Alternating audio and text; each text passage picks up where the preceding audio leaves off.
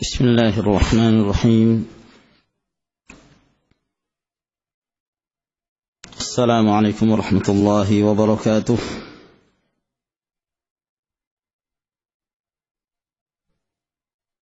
إن الحمد لله نحمده ونستعينه ونستغفره ونعوذ بالله من شرور أنفسنا ومن سيئات أعمالنا. من يهده الله فلا مضل له ومن يضلل فلا هادي له. وأشهد أن لا إله إلا الله وحده لا شريك له. وأشهد أن محمدا عبده ورسوله. يا أيها الذين آمنوا اتقوا الله حق تقاته ولا تموتن إلا وأنتم مسلمون. يا أيها الناس اتقوا ربكم الذي خلقكم من نفس واحدة وخلق منها زوجها وبث منهما رجالا كثيرا ونساء. واتقوا الله الذي تساءلون به والأرحام إن الله كان عليكم رقيبا. يا أيها الذين آمنوا اتقوا الله وقولوا قولا سديدا يصلح لكم أعمالكم ويغفر لكم ذنوبكم. ومن يطع الله ورسوله فقد فاز فوزا عظيما. أما بعد فإن أصدق الحديث كلام الله تعالى وخير الهدي هدي محمد صلى الله عليه وعلى آله وسلم وشر الأمور محدثاتها فإن كل محدثة بدعة وكل بدعة ضلالة وكل ضلالة في النار. معاشر المسلمين والمسلمات رحمكم الله. Kita melanjutkan kembali pelajaran kita dari Sahih Al-Imam Al-Bukhari rahimahullah. Dan kita memasuki bab yang berikutnya. Berkata Al-Imam Abu Abdullah Muhammad bin Ismail ibn Ibrahim ibn Al-Mughirah ibn Bardizbah Al-Ju'fi Al-Bukhari rahimahullahu ta'ala. Babun, bab. Lalu beliau menyebutkan firman Allah Subhanahu wa ta'ala, wa in ta'ifatani minal mu'minina qatatalu fa aslihu bainahuma. Dan apabila ada dua ta'ifah dari kalangan kaum mukminin yang mereka saling bunuh-membunuh, mereka saling berperang, maka damaikanlah di antara keduanya. Fasammahumul mu'minin, maka Allah Subhanahu wa ta'ala menamakan mereka semuanya dari kalangan kaum mukminin. Al-Imam Al-Bukhari rahimahullahu ta'ala menyebut ayat ini sebagai judul dalam bab yang mana beliau akan menyebut hadis Abi Bakrah Nufay bin Al-Harith radhiyallahu ta'ala anhu, untuk menjelaskan kepada kita bahwa dosa besar tidaklah menyebabkan seorang itu keluar dari Islam selama itu merupakan dosa-dosa yang bukan kesyirikan dan bukan pula kekufuran. Akan tetapi dari dosa-dosa yang disebut dengan al-kabair, dosa-dosa besar, Dan di antara dosa besar tersebut adalah membunuh jiwa seorang muslim tanpa hak. Dalam hadis yang diriwayatkan oleh Al-Imam Al-Bukhari dan Muslim dari hadis Abdullah bin Mas'ud radhiyallahu taala anhu bahwa Nabi sallallahu alaihi wasallam mengatakan, "Sibabul muslimi fusuqun wa qitaluhu kufrun." Mencela seorang muslim itu adalah kefasikan, dan memeranginya atau membunuhnya adalah kufrun, adalah kekafiran. Maka secara zahir dari hadis Nabi sallallahu alaihi wasallam ini menjelaskan bahwa membunuh seorang muslim adalah kekafiran. Akan tetapi kekafiran yang dimaksud oleh Nabi sallallahu alaihi wasallam di dalam hadis ini bukanlah kekafiran yang menyebabkan seorang keluar dari Islam, yang menyebabkan dia kafir dan keluar dari Islam dan tidak lagi disebut sebagai seorang muslim. Berdasarkan ayat-ayat dan hadis-hadis yang datang dari Nabi sallallahu alaihi wasallam. Dan telah berkali-kali kita jelaskan pada pertemuan yang lalu tentang dua pembagian kekufuran. Ada yang disebut dengan kufurun akbar, kekafiran yang besar yang menyebabkan seorang keluar dari Islam. Ada pula yang disebut dengan kufurun asghar atau kufurun duna kufrin, kekafiran di bawah kekufuran yang sebenarnya, yang tidak menyebabkan keluar dari Islam. Di antaranya yang telah kita sebutkan adalah firman Allah tabaraka wa ta'ala, "Wa man lam yahkum bima anzalallah fa ulaika humul kafirun." Dan barang siapa yang tidak berhukum dengan apa yang diturunkan oleh Allah Subhanahu wa taala, maka mereka itu adalah orang-orang kafir. Telah dijelaskan oleh Abdullah bin Abbas radhiyallahu taala anhuma bahwa yang dimaksud adalah kufrun duna kufrin, kekufuran yang tidak menyebabkan seorang itu keluar dari al-Islam. Maka demikian pula di dalam hadis Abdullah bin Mas'ud yang telah kita sebutkan tadi, membunuh seorang muslim adalah kufrun. Yang dimaksud adalah kekufuran yang tidak menyebabkan seorang keluar dari Islam. Berdasarkan nas-nas yang menjelaskan bahwa walaupun mereka terjatuh dalam dosa yang besar, akan tetapi tetap mereka dinamakan sebagai muslim. Di antaranya adalah firman Allah Subhanahu wa taala yang disebut oleh Al-Imam Al-Bukhari dalam bab ini. Wa in ta'ifatani, dan apabila ada dua kelompok, ta'ifatani.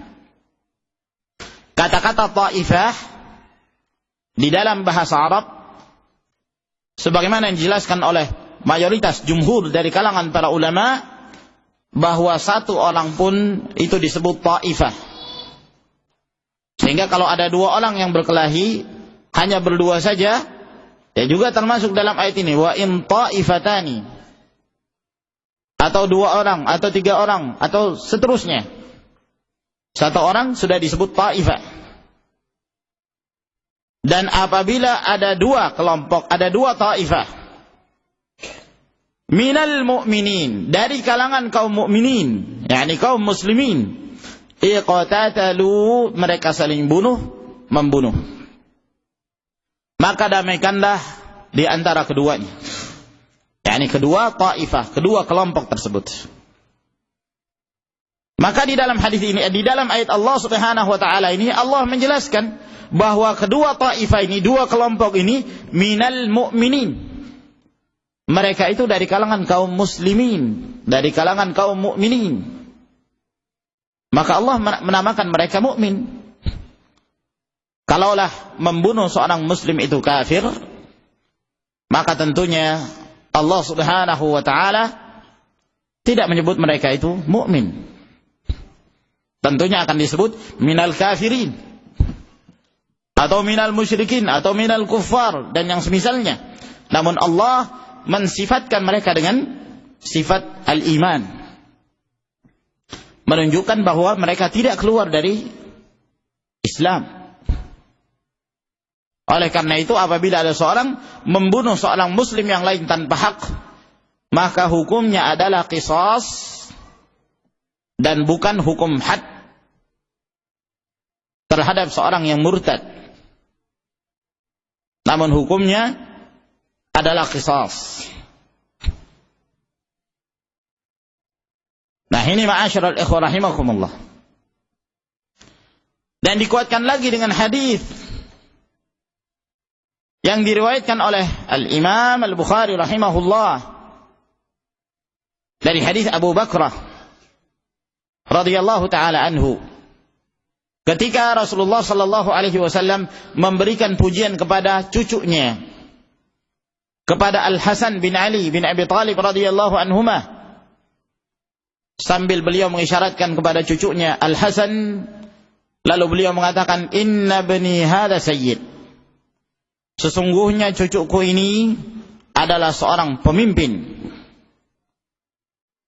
Wala'alla Allah azza wa jal ay yusliha baina yadayhi atau ala yadayhi baina ta'ifataini azimataini minal muslimin. Dan Allah subhanahu wa ta'ala akan mendamaikan melalui beliau, melalui Al-Hasan bin Ali radhiyallahu taala anhuma, antara dua kelompok yang besar dari kalangan kaum muslimin. Baina ta'ifataini azimatain minal muslimin, antara dua kelompok yang besar dari kalangan kaum muslimin. Maka Allah subhanahu wa ta'ala menisbahkan mereka, dua kelompok yang saling bertikai ini, dari kalangan kaum muslimin, yaitu antara kelompoknya Ali bin Abi Thalib dan Muawiyah bin Abi Sufyan dalam menyikapi kasus terbunuhnya Utsman bin Affan radhiyallahu taala anhu. Kata Imam Malik, inna hadzal ilma dinun fanzuru amman ta'khuduna dinakum. Sesungguhnya ilmu ini adalah agama, maka hendaklah kalian perhatikan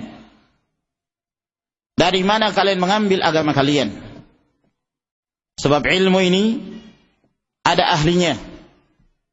Dan Allah subhanahu wa ta'ala mengatakan, fas'alu ahla dzikri in kuntum la ta'lamun. Bertanyalah kepada ahlu dzikir apabila kalian tidak mengetahui. Lalu berkata Imam Malik rahimahullah, laqad adraktu 70 mimman jalasu 'inda hadhihi al-asatin. Dan aku telah bertemu, aku telah mendapati 70 orang yang mereka itu duduk di tiang-tiang ini, sambil beliau menunjuk kepada masjidnya Nabi sallallahu alaihi wasallam, bahwa di sana ada tiang-tiang yang biasanya masing-masing tiang itu ada orang yang duduk mengajar, membuka halaqah. Membuka halaqah. Mereka ini duduk, ada 70 orang, kata Imam Malik. Kata Imam Malik, ma akhadtu anhum al-ilma syai'a. Aku tidak mengambil ilmu sedikit pun dari mereka. Fa wallahi law anna ahadahum law itumina ala malin lakana bihi amina. Demi Allah, kalaulah salah seorang dari mereka diberi amanah untuk menjaga harta, maka dia terpercaya, dia bisa amanah. Tapi dalam hal mengajarkan ilmu tidak. Li'annahum lam yakunu min ahli hadzal sya'n. Karena mereka bukan ahlinya, bukan orang yang mumpuni dalam ilmu ini.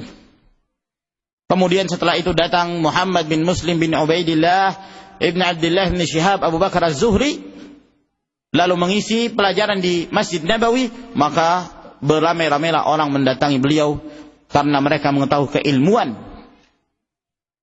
dan kepandaian yang dimiliki oleh Ibn Shihab rahmatullahi alaih. Bayangkan kalau di zaman Imam Malik 70 orang, Imam Malik tidak mengambil dari mereka sedikit pun. Maka ini menunjukkan bahwa ilmu yang kita pelajari adalah din. Maka kita perhatikan dari mana kita mengambil agama kita. Ilmu itu adalah yang dibawa oleh para sahabat Nabi sallallahu alaihi wasallam. Selain itu bukan ilmu. Apa yang dibawa oleh para sahabat? Kitabullah, sunnah Rasulullah sallallahu alaihi wasallam, ijma' al-muslimin, ijtihad mereka. Dan ini juga yang disebutkan oleh al-Imam Asy-Syafi'i rahimahullahu taala. Kata beliau, al-ilmu tabaqat. Ilmu itu bertingkat-tingkat. Ilmu itu bertingkat-tingkat. Al-ula, yang pertama, al-kitabu was-sunnatu idza thabatatis sunnah. Yang pertama adalah al-kitab dan as-sunnah apabila sunnah tersebut sahih. Yang kedua, al-ijma', kesepakatan para ulama.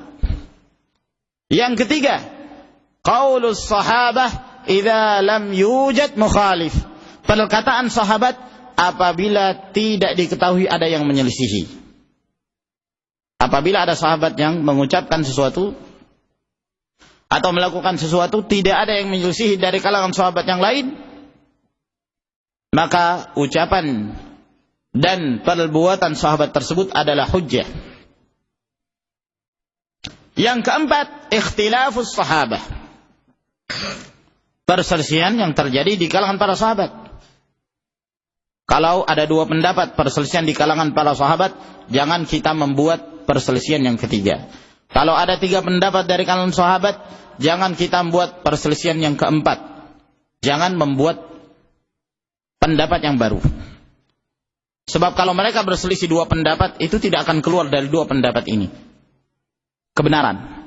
Kalau tiga pendapat berselisih dari kalangan mereka, para ulama salaf, maka jangan kita membuat pendapat yang keempat, karena kebenaran itu tidak akan keluar dari tiga itu. Tinggal kita melihat mana yang lebih mendekati kepada kebenaran berdasarkan dalil-dalil. Jangan membuat pendapat yang baru. Inilah yang dikatakan oleh al-Imam Ahmad rahimahullahu ta'ala, la tatakallam fi mas'alatin laysa laka fiha imamun sabaqaka.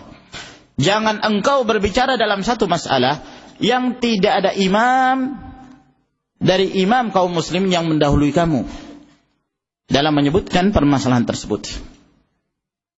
Ini sangat penting sekali. Fatashabbahu illam takunu mithlahum, inna tashabbuha bil kirami falahu. Hendaklah kalian meniru mereka. Sesungguhnya meniru orang-orang yang mulia itu adalah kemenangan dan keberuntungan. Walaupun kalian tidak bisa seperti mereka, namun tirulah, ikutilah jejak mereka. Benar apa yang disebutkan oleh Imam Malik rahimahullahu ta'ala, lan tasluha hadhihi al-umma illa bima aslaha bihi awwalaha. Tidak akan menjadi baik kondisi umat belakang ini kecuali apabila mereka merujuk untuk memperbaiki diri mereka sebagaimana telah diperbaikinya generasi yang terdahulu, yang telah direkomendasi oleh Allah subhanahu wa ta'ala dan Rasulnya sallallahu alaihi wasallam. Wa Yunus, demikian pula Yunus. Yang dimaksud Yunus di sini adalah Yunus bin Ubaid, salah seorang imam dari imam kaum muslimin. Beliau juga berasal dari Basrah. Anil Hasan, dari Al-Hasan bin Abil Hasan Al-Basri, imam masyhur dari kalangan tabi'in. Anil Ahnaf ibn Qais, dari Al-Ahnaf bin Qais. Al-Ahnaf bin Qais ini juga dari Basrah. Al-Hasan juga dari Basrah. Al-Ahnaf bin Qais Abu Bahr, seorang imam dari kalangan tabi'in. Beliau sebenarnya pernah melihat Nabi sallallahu alaihi wasallam. Akan tetapi sayang sekali ketika beliau bertemu Rasulullah sallallahu alaihi wasallam, beliau masih dalam keadaan kafir. Dan beliau masuk ke dalam Islam. Rasulullah sallallahu alaihi wasallam meninggal dalam keadaan beliau tidak sempat bertemu dengan Rasulullah alaihi salatu wassalam. Orang yang seperti ini itu ada gelar khusus yang para ulama berikan pada mereka. Mereka disebut dengan al-mukhadram. Yang dimaksud al-mukhadram adalah seorang yang mendapati zaman jahiliyah, yang mendapati zamannya Rasulullah sallallahu alaihi wasallam, akan tetapi tidak bertemu Rasulullah sallallahu alaihi wasallam dalam keadaan beliau sebagai muslim. Maka mereka ditinjau dari sisi zaman sama seperti sahabat, karena hidup sezaman dengan Rasulullah sallallahu alaihi wasallam. Tapi yang mengeluarkan mereka dari definisi sahabat disebabkan karena mereka tidak bertemu Rasulullah sallallahu alaihi wasallam sebagai seorang muslim. Sedangkan yang namanya sahabat adalah seseorang yang bertemu Rasulullah sallallahu alaihi wasallam dalam keadaan muslim dan meninggal di atas keislamannya. Man laqiya an-nabiy sallallahu alaihi wasallam mu'minan bihi wa mata 'ala al-islam. Itu yang dimaksud dengan as-sahabi. Sehingga mereka yang tidak bertemu Rasulullah secara langsung sebagai seorang muslim, dia bukan sahabah, tapi disebut dengan apa ikhwan? Al-mukhadram. Mim, kha, kemudian ba, abba, ya, ra, mim, al-mukhadram, al-mukhadramun. Dan Al-Ahnaf bin Qais termasuk dari kalangan mereka. Di dalam sanad ini, saya sengaja menyebutkan sanad dan mungkin kadang-kadang menjelaskan secara ringkas ya ikhwan, untuk membiasakan kita ya mendengarkan biografi para perawi ya. Insyaallah taala kalau kita rutin mendengarkannya, lama-kelamaan itu akan tersimpan ya, terkoleksi dalam pemikiran kita, dalam hafalan kita. Karena seringnya kita melewati Ibnu Syihab misalnya, walaupun kita tidak mengetahui secara lengkap, tapi minimal kita sudah tahu Ibnu Syihab itu siapa ya, Abdullah bin Mubarak itu siapa, Al-Hasan Al-Basri itu siapa, Al-A'mash itu siapa, dan imam-imam yang lainnya. Kalau terulang-ulang, lama-kelamaan kita akan menghafalnya dan mungkin mengetahui ya sedikit dari biografi mereka. Nah, dan itu sangat penting. Bahkan Abu Hanifah mengatakan siratus salaf jundun min junudillah, bahwa mempelajari sirah, perjalanannya para ulama salaf itu termasuk tentara dari tentara-tentara Allah yang menguatkan iman kita. Dan kita berusaha untuk mengikuti mereka dalam kebaikan. Nah, karena sekarang ini kita sendiri mengakui otak kita banyak terkoleksi dengan nama-nama dan tokoh-tokoh yang seharusnya kita tidak perlu menghafalnya. Ya. Kalau disebut nama Michael Jackson, tahu semua. Ya. Kalau disebut nama Stalin, ya, tahu semua. Kalau disebut nama Hitler, ya, dan yang lain-lainnya dari tokoh-tokoh yang seperti ini keadaannya. Nah, hafal juga tidak menambah iman, ya, menambah keimanan enggak? Tidak bertambah keimanan. Nah, ya hanya sekedar penambahan dari sisi pengetahuan tentang sejarah mereka. Nah, sebagian mereka jagoan dalam hal menghafal nama-nama pemain sepak bola. Jagoan mereka. Ya, dari kejauhan sekedar lihat nomornya sudah ketahuan. Bahkan enggak tahu nomornya pun, lihat gayanya saja dari jauh sudah tahu si fulan ini. Ya. Si fulan ini. Nah, ada orang yang seperti ini keadaannya. Nah, kadang-kadang di antara mereka ada yang baru begitu melihat televisi langsung tahu ini dari kesebelasan fulan. Ya, langsung tahu hanya dari pakaiannya. Ya subhanallah, seandainya ilmu yang seperti ini ditransfer kepada ilmu din, mempelajari biografi para ulama, sungguh sangat nikmat. Ya. Karena benar-benar ilmu pengetahuan sekarang ini benar-benar kita dijauhkan dari mengenal para ulama rahimahumullah. Coba kita perhatikan pelajaran SD, SMP, SMA. Ya, selama belajar berapa tahun itu? SD 6 tahun, SMP 3 tahun, SMA 3 tahun, 12 tahun. Di antara kita ada yang sudah mengerti ya, minimal nama-namanya 4 imam madhab. Imam Syafi'i itu siapa namanya? Imam Malik itu siapa namanya? Ahmad itu siapa namanya? Abu Hanifah itu siapa namanya? Ya. Kayaknya hampir tidak ada. Ya. Iya kan? Imam Malik coba siapa namanya? Malik bin? Berapa orang yang tahu? Itu pun bukan dari sekolahan. Ya, paling dari luar. Malik bin Anas, Abu Abdullah, Imam Darul Hijrah. Imam Syafi'i. Siapa yang tahu nama lengkap beliau? Muhammad bin Idris, Abu Abdullah, Al-Imam Al-Muttalibi, Al-Imam Ahmad. Siapa nama bapaknya?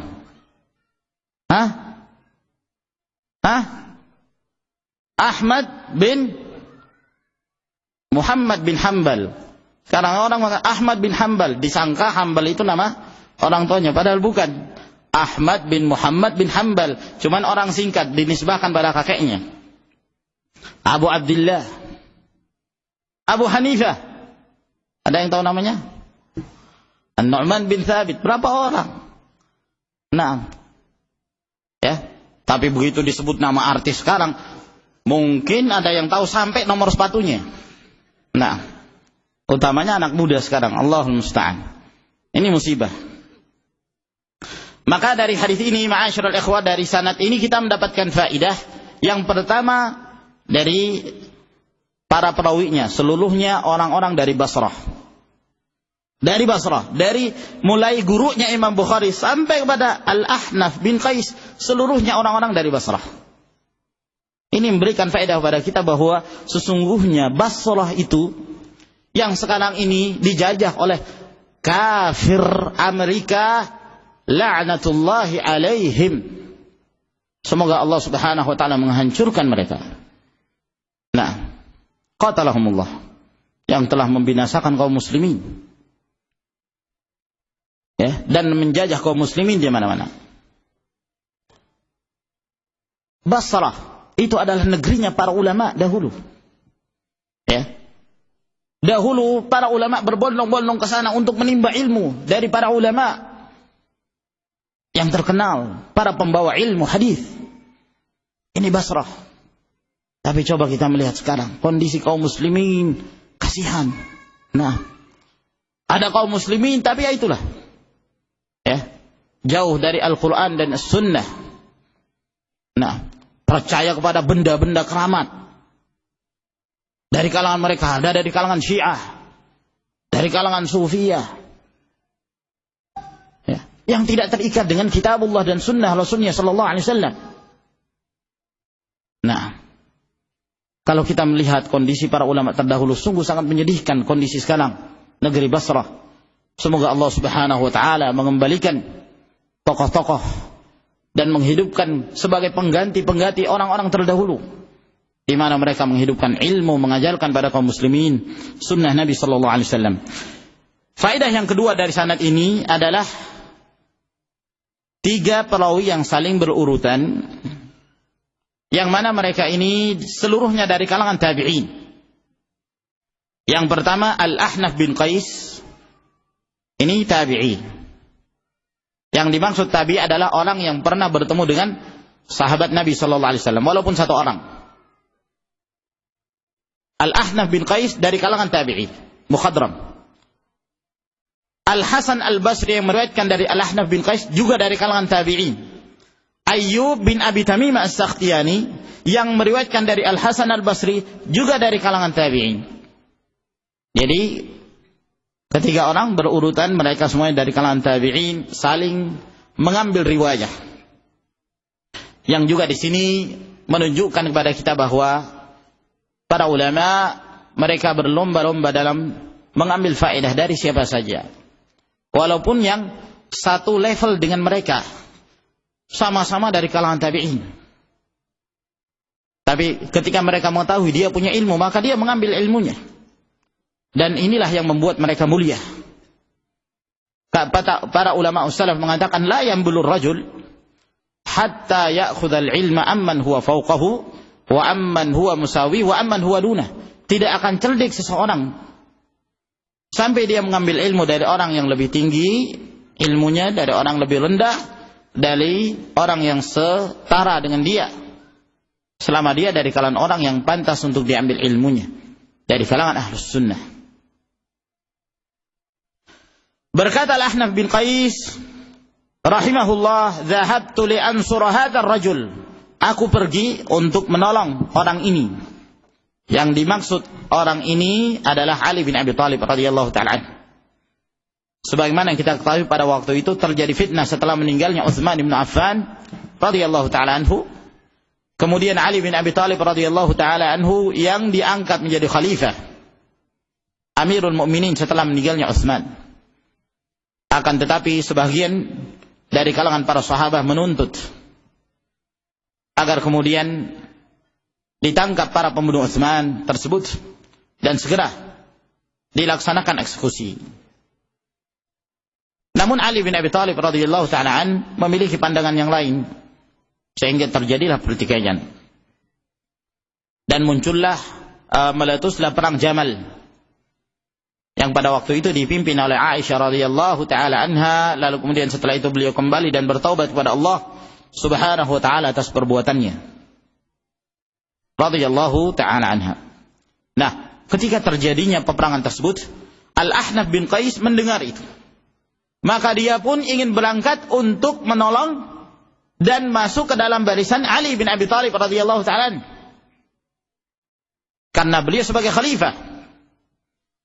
Maka kata beliau, aku berangkat untuk menolong orang ini. Falaqiyani Abu Bakrah faqal, lalu kemudian Abu Bakrah bertemu denganku. Abu Bakrah salah seorang dari sahabat Nabi sallallahu alaihi wasallam, Nufai' ibn al-Harith al-Thaqafi al-Basri. Faqala, lalu kemudian Abu Bakrah berkata, aina turidu, mau kemana engkau? Qultu ansuru hadzal rajul. Kata beliau, aku ingin menolong orang ini, yaitu Ali bin Abi Thalib radhiyallahu taala anhu, untuk memerangi kaum yang mereka itu memberontak. Qala rji', maka Abu Bakrah mengatakan, kembalilah kamu. Fa inni sami'tu Rasulullah sallallahu alaihi wasallam yaqul, karena sesungguhnya aku telah mendengarkan Rasulullah sallallahu alaihi wasallam bersabda, idzal taqal muslimani bisayfayhima fal qatilu wal maqtulu finnar. Apabila bertemu kedua orang muslim dengan kedua pedangnya, maka yang membunuh dan yang dibunuh kedua-duanya di dalam neraka. Faqultu ya Rasulullah, hadzal qatilu fama balul maqtul. Lalu aku pun mengatakan, wahai Rasulullah, ini orang yang membunuh. Kalau seorang yang membunuh, dia membunuh seorang muslim tanpa hak, iya betul, dia masuk neraka. Fama balul maqtul. Akan tetapi kenapa orang yang dibunuh ini pun masuk ke dalam neraka? Padahal dia tidak membunuh, bahkan dia yang dibunuh. Namun kenapa dia masuk ke dalam neraka? Qala, kata Nabi sallallahu alaihi wasallam, innahu kana harisan ala qatli sahibihi. Sesungguhnya dia sangat bersemangat, sangat bertekad kuat untuk membunuh temannya, tapi kedahuluan dia yang dibunuh. Hadis ini sahih, sebagaimana yang kita ketahui diriwayatkan oleh Imam Al-Bukhari rahimahullahu taala.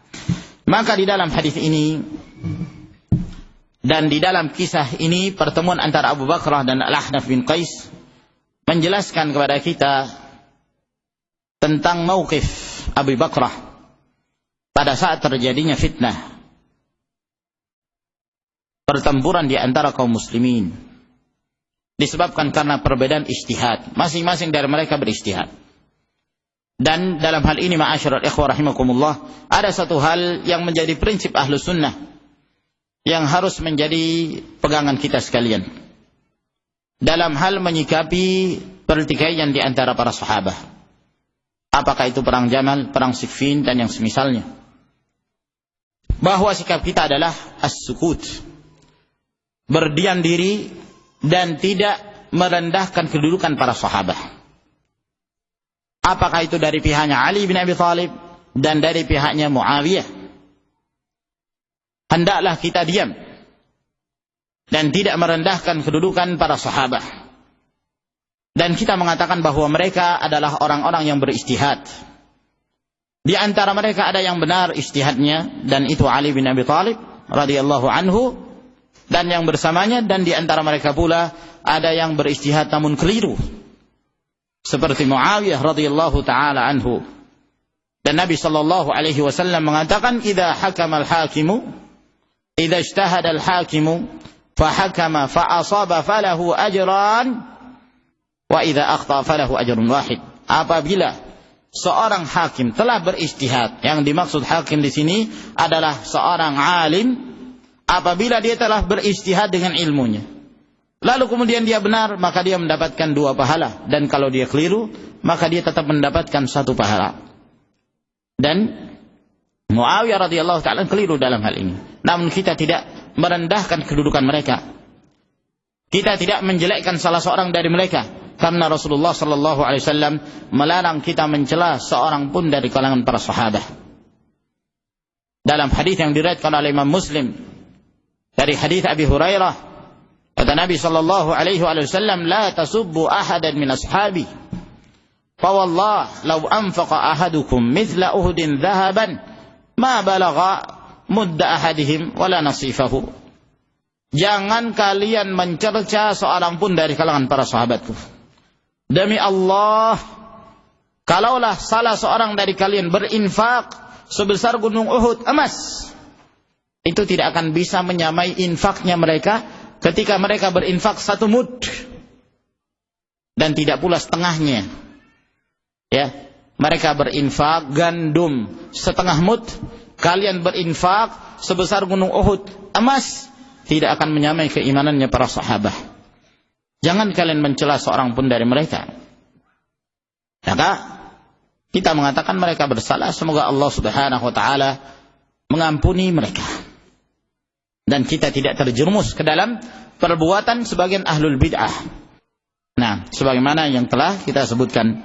Maka di sini Abu Bakrah radhiyallahu taala anhu menasihati Al-Ahnaf bin Qais untuk tidak ikut campur dalam perkara fitnah yang terjadi di kalangan para sahabat. Dan dalam masalah fitnah ini, ketika terjadi pertikaian, ada 3 pendapat dari kalangan para sahabat. Pendapat yang pertama, mereka yang mengikuti barisannya Ali radhiyallahu taala anhu. Pendapat yang kedua, yang mengikuti barisan Muawiyah radhiyallahu taala anhu. Dan pendapat yang ketiga adalah mereka yang mengasingkan diri mereka, tidak ikut-ikutan dalam masalah fitnah. Dan pendapat ketiga inilah yang benar dan dikuatkan oleh Syekhul Islam Ibnu Taimiyah rahimahullahu taala. Berdasarkan hadis yang diriwayatkan oleh Imam Muslim dari hadis Abi Hurairah, kata Nabi sallallahu alaihi wasallam, "Satakunu fitanun al-qa'idu fiha khairun min al-qa'im, wal qa'imu fiha khairun min al-mashi, wal mashi fiha khairun min as-sa'i, faman tasharrafa laha tastashrifu, wa man wajada malja'an aw ma'adan falya'udh bih." Kata Nabi sallallahu alaihi wasallam, akan muncul berbagai fitnah di mana orang yang duduk itu lebih baik daripada orang yang berdiri. Orang yang berdiri lebih baik daripada orang yang berjalan. Orang yang berjalan lebih baik daripada orang yang berlari. Barang siapa yang mengikutinya maka dia akan binasa, dan barang siapa yang mencari tempat perlindungan dari fitnah, maka hendaklah dia mencari tempat perlindungan tersebut.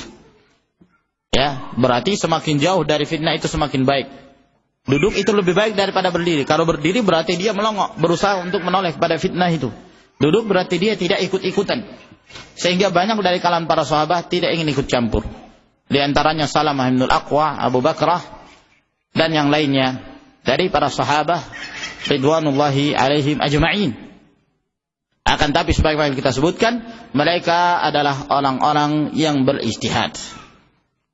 Nah, sehingga Abu Bakar radhiyallahu taala ketika Al-Ahnaf bin Qais ingin ikutan dalam masalah perkara fitnah ini, maka dilarang oleh Abu Bakar. Khawatir jangan sampai termasuk ke dalam hadis yang disebutkan oleh Nabi sallallahu alaihi wasallam ini. Karena Ali bin Abi Thalib radhiyallahu taala anhu yang beliau hadapi adalah mereka yang juga dari kalangan ahlul ijtihad. Nah, oleh karena itu Ali bin Abi Thalib radhiyallahu taala berbeda sikap beliau memerangi mereka Muawiyah dibandingkan tatkala beliau memerangi kaum Khawarij. Ketika beliau memerangi Ali bin Abi Thalib radhiyallahu taala anhu, ketika memerangi Muawiyah radhiyallahu taala anhu, nah beliau menyesali, beliau berusaha untuk menghindar, walaupun dengan terpaksa akhirnya terjadi kontak senjata, terjadi pertempuran. Tapi dengan Khawarij sangat bersemangat Ali bin Abi Thalib memerangi mereka. Sangat bersemangat. Dan tidak ada persisian di kalangan para sahabat untuk memerangi mereka. Sedangkan ketika melawan Muawiyah, sebagian para sahabat mengasingkan diri mereka, tidak ingin ikut-ikut campur dalam masalah fitnah tersebut. Namun tatkala munculnya Khawarij, maka Ali bin Abi Thalib memerangi mereka dan menumpas mereka. Dan bahkan ketika mengetahui tanda-tanda mereka, maka beliau pun sujud syukur, tanda berterima kasihnya kepada Allah Subhanahu wa ta'ala. Maka ini ma'asyiral ikhwah rahimakumullah, kita mendapatkan faedah dari apa yang kita jelaskan. Wa akhiru da'wana alhamdulillahi rabbil alamin. Wassalamu alaikum warahmatullahi wabarakatuh.